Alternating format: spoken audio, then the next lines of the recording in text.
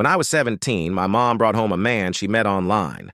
Within a month, he'd moved in and started fixing the house, which really meant throwing away everything that was mine. My guitars, my sketchbooks, my old computer, gone. He said they took up space. When I complained, he told my mom I was too sensitive, and she just stared at the floor. A few weeks later, he took my console and every game I had and sold them at a yard sale. Apparently, I needed to learn priorities. Mom didn't even argue. One afternoon, I grabbed $5 from the kitchen jar to buy food at school. He called the police. They charged me with petty theft. That night, I got the kind of lesson that left bruises. By morning, my mom was telling me to say I'd fallen off my bike.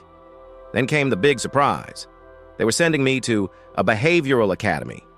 Basically, military school. He said I needed discipline. I left that night and spent 3 weeks sleeping in parks until the cops found me. Because I'd run away with an open charge, they put me in juvie for 6 months. When I got out, they were married. He didn't touch me anymore. I'd learned how to fight. The moment I turned 18, I left for good. Years passed. I built a small business fixing bikes and custom gear. Then out of nowhere, my mom called. She was sick, terminal. She said she was divorcing him and wanted me to stay with her until the end. I agreed. Before she passed, she told me about the separation papers. He'd have 30 days after her death to collect his belongings. So when she died, I went there first.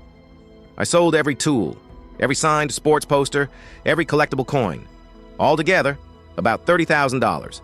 I donated half to a women's shelter under my mom's maiden name. A week later, I saw him at a hardware store. He looked smaller, bitter, still wearing the same smug expression, until I told him I'd sold everything. He snapped, grabbed a wrench, and swung at me. He missed. I didn't.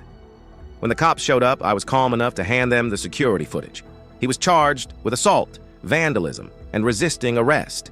He lost his job, his car, and ended up working at a dollar store on the edge of town.